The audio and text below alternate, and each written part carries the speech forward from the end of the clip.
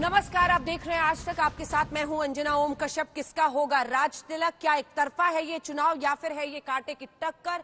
आज पूरी की पूरे 117 सीटों पर पंजाब में वोटिंग हो रही है और उत्तर प्रदेश में तीसरे चरण की 59 सीटों पर वोटिंग हो रही है। जो दर्शक हमारे साथ जुड़े हैं उनके सामने ये तस्वीरें दिखा देते हैं। दिग्गज आज वोट डालने के लिए पहुंचे, जिसमें आप शिवपाल यादव, सलमान खुर्शीद, सतीश महाना, मंत्री यूपी सरकार के, और स्वतंत्र देव सिंह उत्तर प्रदेश बीजेपी के अध्यक्ष को देख रहे हैं। अखिलेश यादव ने सैफई में वोट डाला है, वो करहल से चुनावी मैदान में है। आज की वोटिंग के बाद उत्तर प्रदेश में 403 में से 172 सीटों पर वोटिंग खत्म हो जाएगी। ये एक एक करके तमाम चेहरे हम आपको दिखा रहे हैं जिन्होंने आज वोट डाला है। वैसे ही जगहों की तस्वीर, क्योंकि वोटिंग का जोश आम लोगों में भी दिखाई दे रहा है। 22 से लेकर 25% के आसपास का मतदान 11 बजे सुबह तक हुआ है और वोटिंग का ये जोश हम आपको एक तरफ दिखा रहे हैं। चुनावी विश्लेषण इस बात का कर रहे हैं कि यादव बहुल बेल्ट में आज अगर वोटिंग हो रही है तो किसका कब्जा होता हुआ दिखाई देगा। किसी भी फेज को आप ले लीजिए, 2017 के चुनाव में जब बीजेपी की लहर थी तो एक तरफा नतीजे आए थे। यादव बहुल इलाका जरूर है, लेकिन समाजवादी पार्टी ने अपने गढ़ को भी एक तरह से यहां खो दिया था। आज वो डिंपल यादव के साथ सैफई में वोट डालने आए। उन्होंने कहा इस बार बदलाव के लिए जनता वोट कर रही है। मुलायम सिंह यादव भी वोट डालने आए, तेज प्रताप यादव, शिवपाल सिंह यादव जो जसवंत नगर सीट से चुनावी मैदान में है। क्या अभी तक संजय जी ये कहा जा सकता है साफ कि एक तरफा ये चुनाव नहीं दिख रहा है इस बार जैसा पिछली बार था? बिल्कुल अंजना जी, मुझे लगता है कि चुनाव एक तरफा नहीं है। पूरे कैंपेन के दौरान देखें जिस तरह का कैंपेन दोनों पार्टियों ने या दोनों गठबंधनों ने संभाला हुआ है, तो एक तरफा चुनाव तो बिल्कुल दिखाई नहीं पड़ता। ये जरूर है कि समाजवादी पार्टी और बीजेपी के अलावा भी 2 पार्टियां और चुनावी मैदान में हैं। बीएसपी भी चुनावी मैदान में है और कांग्रेस भी चुनाव लड़ रही है। तो ये कह सकते हैं कि कंटेस्ट चौकोना है, लेकिन एक्चुअली 4 पार्टियां चुनाव लड़ रही हैं, लेकिन रियल कंटेस्ट बिल्कुल समाजवादी पार्टी और बीजेपी के बीच में दिखाई पड़ रहा है। और रियल कंटेस्ट की जब मैं बात कर रहा हूं तो इस बात पे जोर दे रहा हूं कि एक तरफा चुनाव नहीं है। दोनों पार्टियां दमखम लगा रही हैं और ये तो 10 मार्च को ही पता चलेगा कि नतीजे किसके पक्ष में आएंगे, लेकिन चुनाव एक तरफा नहीं है। कौन भारी पड़ता है ये पता चलेगा। दो लाइन में एक जल्दी से कमेंट, क्योंकि अर्पिता हमारे साथ जुड़ गई है करहल से, वो आगे की खबरें बताएंगी जल्दी से। अंजना, बिल्कुल साफ बात है कि ये इलेक्शन बाइपोलर हो गया। मैं इस बात स्पेसिफिक कर रहा हूँ कि अखिलेश और योगी के बीच में चुनाव हो रहा है और योगी कितना इसको लड़ सकते हैं, क्योंकि मुझे दिख रहा है कि एंटी इनकम्बेंसी सरकार के खिलाफ या लोकल एमएलए के खिलाफ है, लेकिन योगी के खिलाफ मतलब मुख्यमंत्री के तौर पर एंटी इनकम्बेंसी नहीं है, जो भारतीय जनता पार्टी के फेवर में थोड़ा सा उसको ले जा सकती है, उसको राहत दे सकती है। इसीलिए तो इतने सारे उन्होंने टिकट उम्मीदवारों को बदल दिया। नहीं, उम्मीदवारों से ज्यादा बदले जाने थे, लेकिन जब वो भगदड़ मची और जो स्वामी प्रसाद मौर्य, दारा सिंह चौहान, तमाम कुछ विधायक छोड़ के गए, तो बहुत सारे टिकट जो बदले जाने थे वो नहीं बदले। तो उसका भी एक ये है कि दोधारी तलवार होती है जब बदलते हैं टिकट। जो सिटिंग विधायक होता है वो भी डिस्टर्ब करता है इलेक्शन, और नहीं बदलते हैं तो उसके इनकम्बेंसी काम करती है। अब लेकिन जैसा कि विजय जी कह रहे हैं, मुझे लगता है एक पक्ष और भाजपा के पक्ष में जाता है, वो है लाभार्थी योजना वाला पक्ष। 2 बड़े मुद्दे हैं, बेरोजगारी और महंगाई, ये अखिलेश यादव का मुद्दा है। हाँ। और लाभार्थी योजना और कानून व्यवस्था, ये मुद्दा भारतीय जनता पार्टी का है। अब इन दोनों में कौन सा मुद्दा किसको काट के किस पे भारी पड़ेगा, जनता किसको स्वीकार करेगी और किसके हिसाब से वोट देगी, ये तो 10 मार्च को ही हम लोग पता कर पाएंगे। करहल चलते हैं सीधे। अर्पिता हमारी सहयोगी हमारे साथ जुड़ गई हैं, और अर्पिता लगातार आप कवरेज कर रही हैं, बताइए, दिखाइए वहां की तस्वीर किस तरफ जाता हुआ 59 सीटों का आज का मतदान उत्तर प्रदेश में। अर्पिता,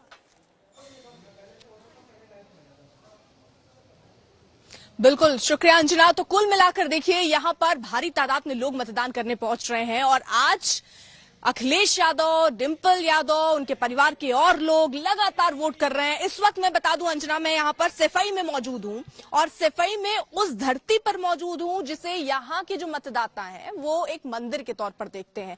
ये वही पैतृक आवास है जहां पर मुलायम सिंह यादव, उनका परिवार, इस वक्त तो अब तेज प्रताप रहते हैं यहां पर, लेकिन अखिलेश यादव यहां पर अब से थोड़ी देर पहले मौजूद थे। उन्होंने खास बातचीत की, उन्होंने बताया कि किस तरीके से उनकी आगे की रणनीति है। हालांकि करहल इसके बाद वो निकले हैं, ये भी जानकारी है, वहां जाकर भी वो देखेंगे, क्योंकि वहां पर जो फाइट है, जो लड़ाई है, वो बहुत खास होने वाली है। यहां जो ये सैफई है जसवंत नगर सीट के अंदर ही आता है, जहां पर शिवपाल यादव इस वक्त ताल ठोकते हुए नजर आ रहे हैं और यहां यादवों का एक कब्जा एक तौर पर माना जाता है। करीब 1,40,000 के करीब यहां पर यादव वोटर हैं। वहीं विवेक शाक्य को बीजेपी ने उतारा है यहां से, और शाक्य की अगर यहां तादाद देखें तो 45,000 के करीब यहां पर शाक्य हैं। लेकिन दोनों ही पार्टी, चाहे बीजेपी हो चाहे अखिलेश की पार्टी हो, समाजवादी पार्टी हो, दम भर रहे हैं कि जीत तो उनकी ही होने वाली है। किस तरीके के बयान आ रहे हैं, जल्दी से पहले आपको वो सुनवाते हैं। नहीं, उनका तो कोई भरोसा नहीं है। वो तो जहां जाना चाहेंगे वहां चले जाएंगे। उन्हें स्वार्थ जहां दिखाई देगा, कभी समाजवादी पार्टी में थे, कभी बसपा में थे, आज बीजेपी में है, कल कहां होंगे? कल हो सकता है बसपा में हो, कल हो सकता है समाजवादी पार्टी में आ जाएं। उनका क्या है? वो तो केवल यहाँ किसी दिल्ली वाले बड़े नेता ने उन्हें कहा कि जाओ करहल में कुछ माहौल बनाओ, वो माहौल बनाने आए थे। इस बार साइकिल की रफ्तार बहुत तेज है। इस बार पता नहीं भारतीय जनता पार्टी कहां पहुंच जाएगी। मुझे लगता है भारतीय जनता पार्टी जहां से शुरू की थी, 47 सीट से 325 आए थे, ये दोबारा 47 पर पहुंच जाएंगे। लोगों ने ये चुनाव अपने हाथ में ले लिया है, अब मेरे हाथ से निकल गया है। लोगों ने कहा ये सब एसपी सिंह बघेल बन गए हैं, क्योंकि वो कहते हैं हम बारूद तो थे, तोप नहीं मिली थी, तो तोप मिल गई है। तो तोप कुछ नहीं होती, लोहा होती है, वो दिशा और दशा तय करती है। तो निशाना बिल्कुल सही लग रहा है। कमजोर सीट पर 3 बार जाया जाता है और मजबूत सीट पर जाया ही नहीं जाता। फिर आपको ये टिकट किसी ने दी नहीं है, आपने पिक एंड चूज किया, तो इतना परेशान क्यों है? घर के 6 लोगों से यहाँ क्यों वोट मंगवा रहे हो?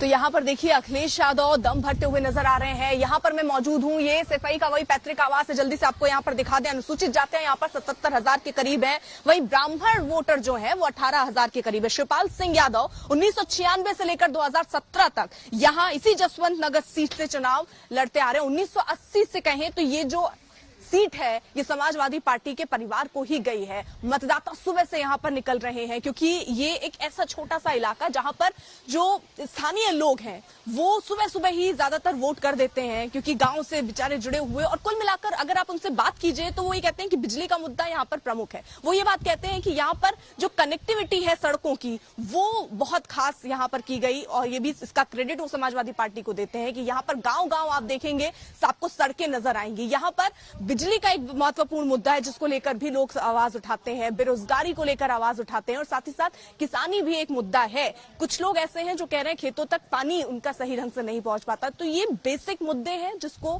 मद्देनजर रखते हुए जो मतदाता है वो मतदान केंद्र तक पहुंच रहे हैं मतदान करने के लिए। लेकिन इससे पहले मैं जहां मौजूद थी उस केंद्र में जहां पर आज हाई प्रोफाइल लोग पहुंचते हैं, उसमें अखिलेश यादव, उनकी पत्नी डिंपल यादव, रामगोपाल यादव, शिवपाल यादव, ये सारे सुबह से ही मतदान करने के लिए पहुंचे। और हर शख्स जो पहुंचा, शिवपाल यादव से तो हमने बात की, उन्होंने कहा कि वो 1 लाख से ज्यादा वोटों से जीतने वाले हैं। तो दम हर पार्टी, हर चेहरा, हर नेता भरता हुआ, लेकिन किसके वादों में, किसकी बातों में कितना विश्वास होगा ये तो 10 मार्च को तय हो पाएगा। जब रिजल्ट आएंगे तब साफ हो पाएगा कि आखिरकार क्या हो रहा है। लेकिन लड़ाई जो है वो सबसे ज्यादा करल की यहाँ पर तेज नजर आ रही है, क्योंकि वहां पर है अखिलेश यादव और उनके सामने एसपी सिंह बघेल। वहां किस तरीके की स्थितियां बनती है देखना होगा, क्योंकि लास्ट मोमेंट पर ही वहां तय हुआ कि अखिलेश करहल से चुनाव लड़ने जा रहे हैं। उसके बाद बीजेपी ने भी अपना कार्ड खेला, एसपी सिंह बघेल को लेकर आए हैं। अब जो वहां के लोग हैं वो कह रहे हैं कि बघेल काफी खेल वहां बिगाड़ सकते हैं, यानी जो मार्जिन था वोट का वो थोड़ा इधर उधर हो सकता है। लेकिन अब क्या वाकई यथास्थिति उस वक्त रहती है ये तो चुनावों के वक्त पता चलेगा। 10 मार्च को क्या होने वाला है? 10 मार्च को साइकिल की सरकार बनने जा रही है और उत्तर प्रदेश से बाबा मुख्यमंत्री जी की विदाई होने जा रही है। लगातार परिवारवाद पे निशाना साध रही है भाजपा। जिनके परिवार नहीं है वो परिवार वालों का दुख दर्द कैसे समझेंगे? जो सरकार ऑक्सीजन नहीं दे पाई, जो सरकार मजदूरों को पैदल पैदल चलाई, और आज भी उत्तर प्रदेश में सबसे ज्यादा सुरक्षित महिलाएं हैं। किस तरीके से किसान बर्बाद हो गया। एक परिवार वाला ही महंगाई की तकलीफ समझ सकता है, एक परिवार वाला ही परिवार के प्रति जो दायित्व है वो समझ सकता है, एक परिवार वाला ही ये समझ सकता है उसकी परिवार के लिए जिम्मेदारी क्या है। एक परिवार वाला यही समझ सकता है कि महंगाई का असर उसके परिवार पर क्या पड़ता है। अरे हमारे बाबा मुख्यमंत्री क्या लेना देना है सिलेंडर महंगा हो जाए, क्या लेना देना कि उन्हें धान की लूट हो जाए, खाद नहीं दे पाए जो बाबा मुख्यमंत्री, जो डीएपी नहीं दे पाए, उनसे क्या बोलना है उसके लिए। पहले 3 चरण, आज तीसरे चरण में कैसा करें काफी निर्णायक माना जा रहा है। ये जैसा पहले दूसरे चरण में वोट पड़ा था वैसा ही इस चरण में भी वोट पड़ेगा। डिंपल आपके साथ है क्या? महिलाओं का वोट पड़ेगा? मैं तो महिलाओं से भी अपील करूंगा कि ज्यादा से ज्यादा महिलाएं आएं और मतदान करें उत्तर प्रदेश की खुशहाली और तरक्की के लिए। तो अखिलेश यादव को तो आपने सुन लिया, वो अपनी जीत का भरोसा दे रहे हैं, लेकिन करहल में चुनाव इस वक्त बेहद दिलचस्प होने वाला है, क्योंकि बीजेपी की तरफ से जो उम्मीदवार है एसपी सिंह बघेल, वो भी दम भर रहे हैं। वो क्या कह रहे हैं, पहले जल्दी से आपको वो सुनवाते हैं। मोदी सरकार में मंत्री भी हैं और अखिलेश यादव को टक्कर भी दे रहे हैं। स्वागत है आपका आज तक पर। नमस्कार नमस्कार, थैंक यू। ये बताइए, आप खुश तो दिख रहे हैं, थके भी दिख रहे हैं, क्या चुनाव में कन्वेंसिंग में होता है। अब हेलीकॉप्टर से तो मैं आया नहीं यहाँ पर उनकी तरह 2 बार। मैं तो man to man, people to people, door to door मैंने कन्वेंसिंग की और जहाँ नहीं पहुँच पाए वहाँ धन्यवाद के लिए जाएंगे। बहुत अच्छा वातावरण है। लोगों ने ये चुनाव अपने हाथ में ले लिया है, अब मेरे हाथ से निकल गया है।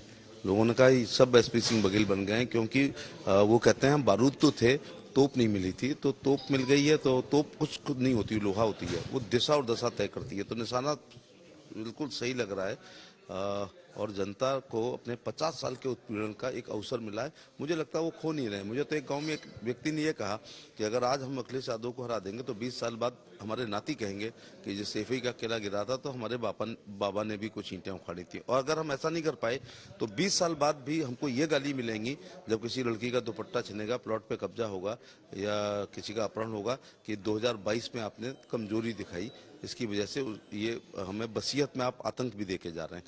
क्या मजेदार बात कही उस व्यक्ति ने। लेकिन आपको लग रहा, आपके कॉन्फिडेंस की इतनी वजह क्या है? मैं जब पूरे रास्ते आ रहा था तो मुझे बीजेपी का झंडा तो दिखा नहीं, सिर्फ सपा के झंडे दिखे। हाँ, वो है ना कि एक शेर है कि कह रही है इशारों में आसमानी हलचल कि हम जल्द कोई खामोश इनकलाब देखेंगे। तो नंदीग्राम में भी नहीं लगने ही नहीं देते थे, रात में उखाड़ देते थे। तो ठीक है, सरकार हमारी है, लेकिन आप ही यादव लैंड कह रहे हैं तो वो जो उनकी प्रकृति है और जो उनका तरीका है, जो उन्होंने एक बार यहाँ पर मैनपुरी में 6 महीने में 3 लोकसभा चुनाव करा दिए, मरे नहीं, इस्तीफा दिया तो बाई इलेक्शन हुआ और बाई इलेक्शन में इतना बूथ कैप्चर हुआ कि उसका भी बाई इलेक्शन हुआ। तो इनको शर्म आनी चाहिए कि लोकतंत्र के काले इतिहास में मैनपुरी लिखा जाएगा जिसमें 3 चुनाव 6 महीने में पार्लियामेंट के बूथ कैप्चर, हिंसा और हत्या से हुई। तो ये जो सफाई जगह है, यहीं पर यादव परिवार के लोग सुबह से वोट करने पहुंचे और जब वोट करने पहुंचे तो बयानबाजियां भी दी, अपनी प्रतिक्रियाएं भी दी। क्या कहा परिवार ने, सुनिए जरा।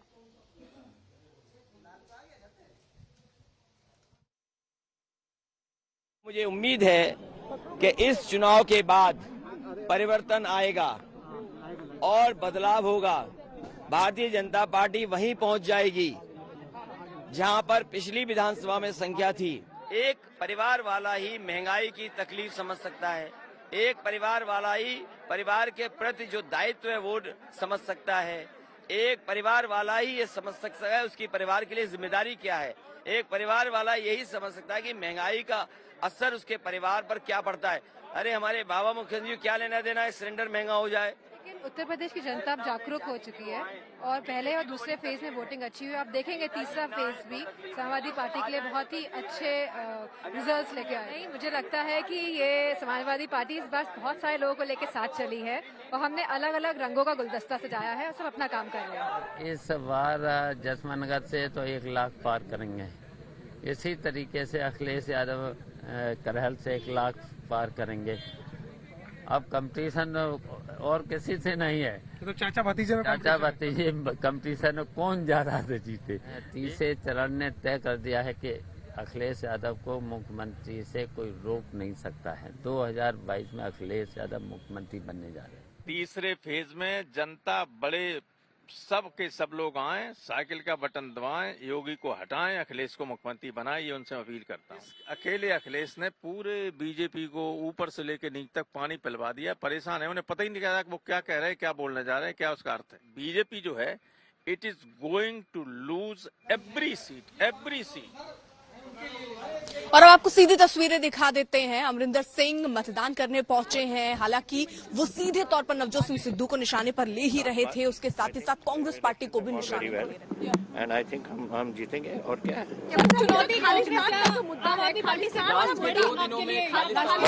देखो, I can't hear a thing. Now you पहले रुकिए, 1 मिनट रुकिए, पहले आप come on. Who are you? Are Republic. Aadmi party और कांग्रेस क्या एक बड़े चुनौती के तौर पर इस बार सामने आने वाले हैं आपके लिए, आप मानते हैं? Congress is not afraid, but I think it's a good thing. They live in a different world. They are going to be wiped out in Punjab. अंदर माइक दे रहे हो पिछले 2 दिन से आ रहा है, कहा जा रहा है कि आम आदमी पार्टी Well, देखिए, Gurpagwant Singh Pannu is a Rajasthani out and out, total anti-national, and he is supporting Kejriwal. And अब इसका पता नहीं कितना असर होएगा, because अगर तो बात ये फैल गई तो फिर it will be wiped out. आपकी बादशाहत कायम रहने वाली है सर? इस बार बनाई है और जनता से आपका हम लगातार देख रहे हैं, नया रुझान है। माइक नीचे रखो, माइक इसी तरह का विश्वास जनता इस बार आपको दिखाएगी। किसके साथ? इस बार आपकी पार्टी नहीं है, सब कुछ नहीं है, बहुकोणीय इस बार मुकाबला है। देखिए, we only had 2 months to build a party and start off, and the party is doing very well. We've got very good reports coming in. Nihal Singh Wala, all over the place, we are getting good reports. One minute, let me talk to her. No. ANI, come on. 1 minute, ANI. This election is not same for you. This is also the election of your prestige too. How do you see it, sir? Election of my? Prestige. My? Prestige of your prestige, sir. Prestige? Yeah. Why should it be of my prestige? Elections are elections. People have to decide, but I can tell you that Patiala is winning very well. Sir, बादशाहत आपकी यहाँ पर कायम रहेगी, आपकी बादशाहत आपको लगती है जितने सालों से आपकी बादशाहत पटियाला पर कायम थी, वो कामयाब रहेगी कैप्टन सर? देखते हैं कितनी लीड होगी. I can't give you any figure, but certainly lead होगी पटियाला में, and a very strong lead.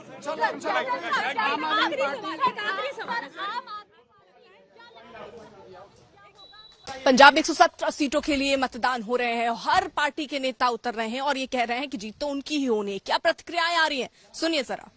आज पंजाबियों के लिए खुशी का दिन है, उनको फतवा देना है अगले 5 साल के लिए अपने बच्चों की किस्मत, अपने नौजवान बेटे बेटियों की किस्मत, अपने बुजुर्गों की किस्मत उन्होंने किसी हाथ में देनी है।